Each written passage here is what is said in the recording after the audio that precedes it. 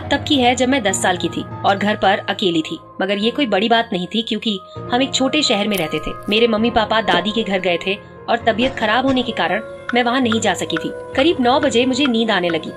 मेरा कमरा काफी छोटा था और उसमें एक खिड़की थी जो मेरे बिस्तर के ठीक सामने थी। मुझे उस खिड़की से काफी डर लगता था क्योंकि बचपन से ही उसे देखकर मेरे मन में कई अजीब गरीब ख्याल आते रहते थे। हालांकि जो मैं अब बताने जा रही हूँ वो कोई सोच भी नहीं सकता है और वो मेरा ख्याल नहीं बल्कि हकीकत थी।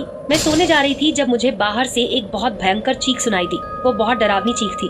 मैं अपने बिस्तर पर चुपचाप शांति से लेटी रही ताकि मुझे सुनाई दे और मैं समझ सकूं कि बाहर क्या हो रहा है। बाहर सब कुछ एकदम शांत था, जैसे कुछ हुआ ही नहीं। दरअसल वो एक असाधारण शांति थी। थोड़ा और समय बीता और जब सब कुछ शांत ही था तभी मैंने दोबारा सोने की कोशिश की। 1 घंटे के बाद मुझे दोबारा वैसी ही चीख सुनाई दी। इस बार वो चीख बहुत ज्यादा करीब से आ रही थी। मैं जहां सो रही थी वहीं पर जम गई। डर के मारे मैं हिल भी नहीं पा रही थी।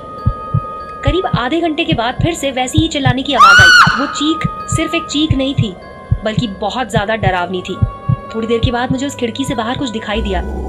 बाहर एक बहुत ही पतली सी औरत खड़ी थी और वो किसी अनजान कारण से बहुत ही खुश दिखाई दे रही थी। उसकी मुस्कुराहट भी बहुत अजीब और डरावनी थी।